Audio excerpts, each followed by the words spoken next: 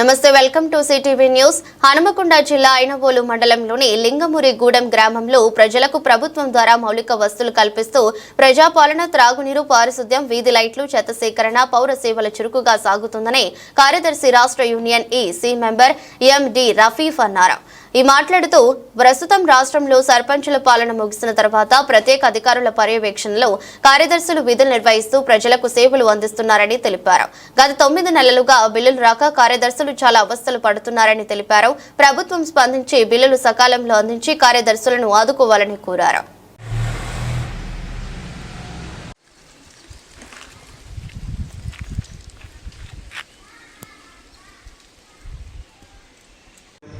Group of వీక్షకులకు నమస్కారం.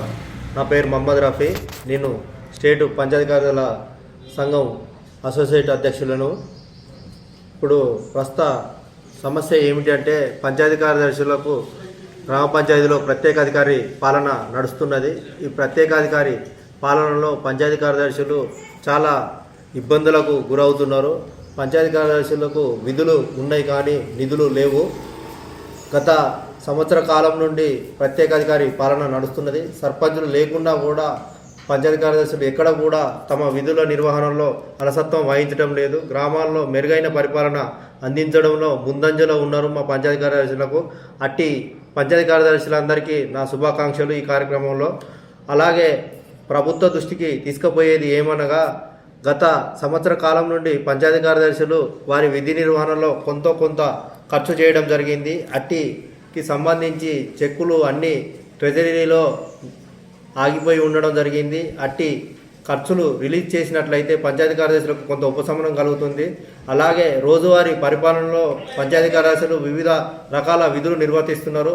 ప్రస్తుతము నర్సరీ విధులు నిర్వర్తిస్తున్నారు, పారిశుద్ధ్య విధులు నిర్వర్తిస్తున్నారు, వీధి దీపాల విధులు నిర్వర్తిస్తున్నారు. ఈ విధి నిర్వహణలో రకరకాల కష్టాలు కోర్చుకొని కూడా ఖర్చులు చేయడం జరుగుతుంది. కావున ప్రభుత్వం పెద్ద మనసు చేసుకొని గ్రామ పంచాయతీ విధి నిర్వహణ కోసం ఎంతో కొంత నిధులు విడుదల చేయాల్సిందిగా ప్రభుత్వాన్ని కోరడం జరుగుతుంది. అలాగే పంచాయతీ కార్యదర్శులు ఎవరు కూడా వాళ్ళ ఆత్మస్థైర్యాన్ని కోల్పోకూడదు. అలాగే విధి నిర్వహణలో కూడా ఎక్కడ కూడా వెనుకంజన వేయకూడదు. మన మంచి కార్యక్రమాలను ముందుకు తీసుకుపోతూ ప్రభుత్వానికి మంచి పేరు తీసుకొస్తారని ఆశిస్తూ అందరికీ నమస్కారం.